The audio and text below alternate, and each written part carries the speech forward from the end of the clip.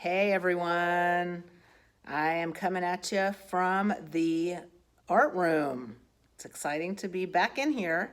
Um, but before we get started on our project for the week, I wanted to talk to you guys about some issues that are happening with the virtual classroom.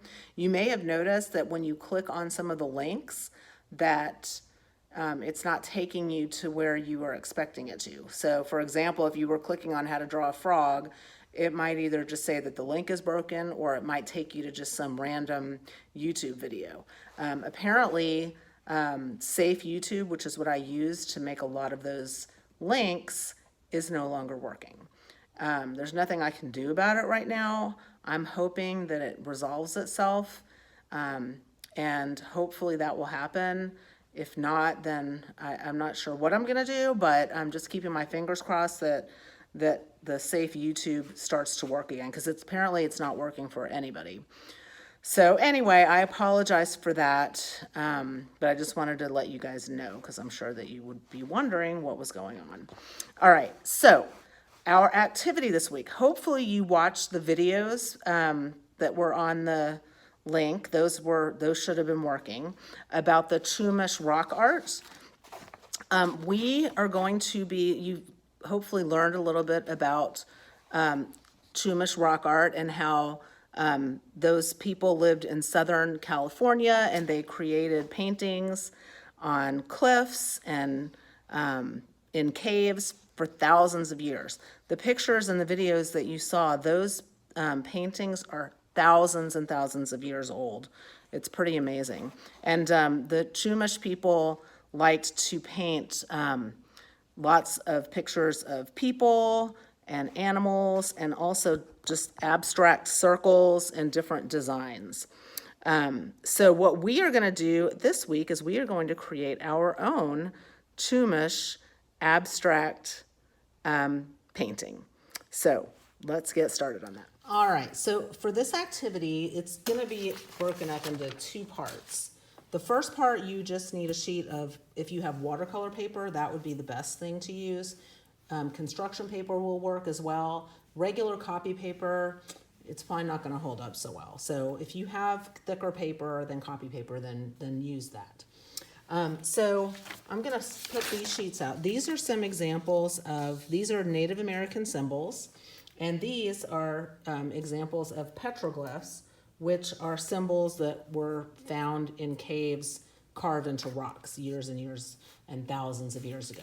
So if you need to pause the video or go back, I'm going to keep this up for a second, or even take a screenshot so that you can use these as examples. So all you're going to do is choose some of those pictures and you're going to color them onto your paper. And do it, you want to color really hard because we're going to be going over this with paint, and you want the color from the crayon to show up underneath. It's what we call a wax resist. So I'm gonna do a sun. There was a symbol that I thought was kind of cool. It was a fish.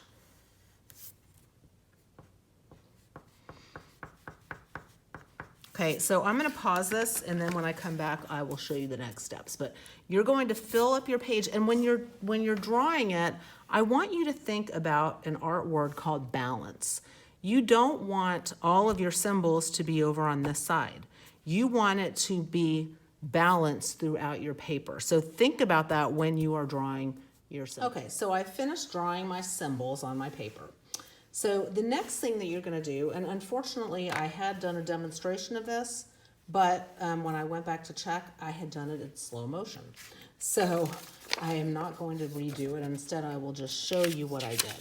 So I just took my watercolor paint, and I just went over my symbols with different patches of paint. I didn't mix all the paint together.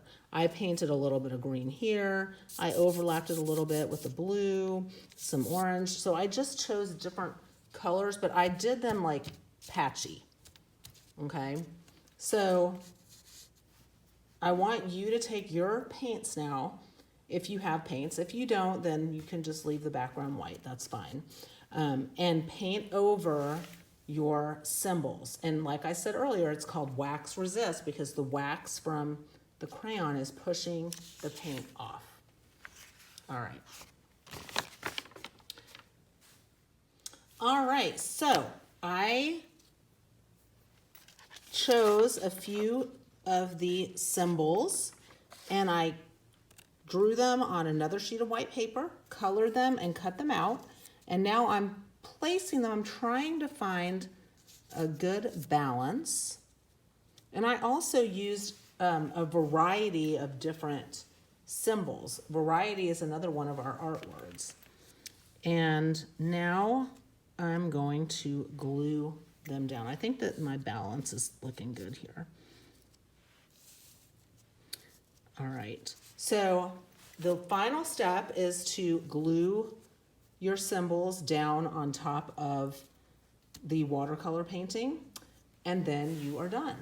And I did not mention, I meant to mention this earlier, so the artwork that you see in the caves is not this colorful, of course, because first of all, it's thousands and thousands of years old. And secondly, they did not have, you know, the bright colors of paints that we have now. They had to create their own paints. And of course, you know, over the years, the colors are not going to stay vibrant. You know, mostly their paintings were red and brown, and the background, of course, was on the cave wall. So their background is not going to be this colorful. The reason that we did this is we basically just took the symbols and kind of made it into our own creation. There was an artist, a modern artist named Mitchell Robles, who actually, his ancestors are Chumash, and he is an artist, and this is kind of inspired by him because he took the symbols and the rhythm of the original Chumash Rock Art and he paired it with these bright colors. And so that's kind of what the inspiration for this was. And if you clicked on all of the links on the slide, you would have seen some pictures of his artwork. His name is Mitchell Robles. So anyway, that is our project for the week. Have fun with it. I think that this turned out really pretty. So anyway, I hope you guys enjoy it, and I will see you next time. Bye.